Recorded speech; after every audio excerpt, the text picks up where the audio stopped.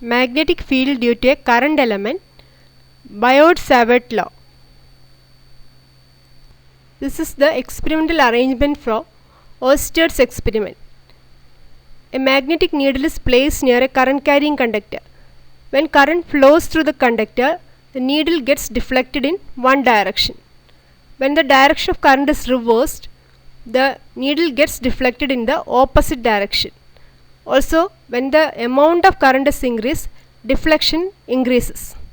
From this, we can conclude that a magnetic field is produced around the current carrying conductor, which causes deflection on the needle. Oersted's experiment proved that there is a magnetic field produced around a current carrying conductor. The measure of the magnetic field was given by Biot-Savart law. Here we have a current carrying conductor. dl is a small element on the current carrying conductor. When current flows from one end to the other end of dl, a magnetic field is produced at a point P at a distance r from the conductor. Since this magnetic field dB at P is produced due to the flow of charges from one end to the other of dl, we call dl a current element. So, magnetic field produced at P, that is dB, according to Biot-Savart law, it is directly proportional to the amount of current. dB is directly proportional to the length of element dl, directly proportional to sin theta, where theta is the angle between dl and vector r, and dB is inversely proportional to r square.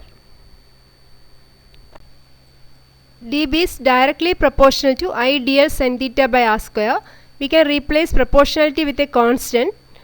dB is constant k into I dl sin theta by r square, where k is mu 0 by 4 pi. Mu 0 is called permeability of free space. We have assumed the current element to be placed in free space. Permeability is a term which determines how much magnetic field passes through the given medium, or how much magnetic field penetrates through a medium. We had learned a similar term, permittivity epsilon, in electrostatics. Their electric field was inversely proportional to epsilon, but here magnetic field is directly proportional to permeability. So the value of mu 0 is 4 pi into 10 raised to minus 7 Tesla meter per ampere.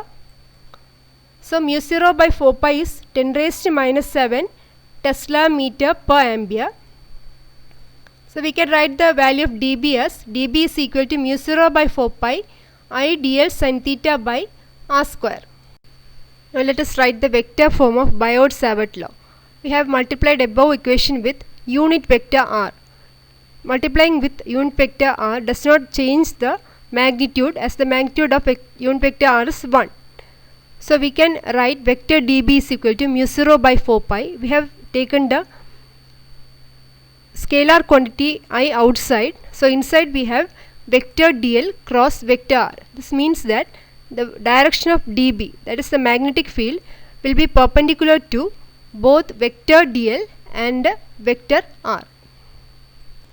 Biot-Savart law in magnetism is very much similar to Coulomb's law in electrostatics. Let us compare both of them. We can see that both electric field and magnetic field are inversely proportional to square of the distance from the source. The second point is that the electric field is due to charge q, which is a scalar quantity, and magnetic field is due to a current element I dl, which is a vector quantity. Again, electric field is along the direction of displacement vector, but magnetic field is perpendicular to the displacement vector. We can explain the direction of magnetic field due to a current carrying conductor using right hand rule.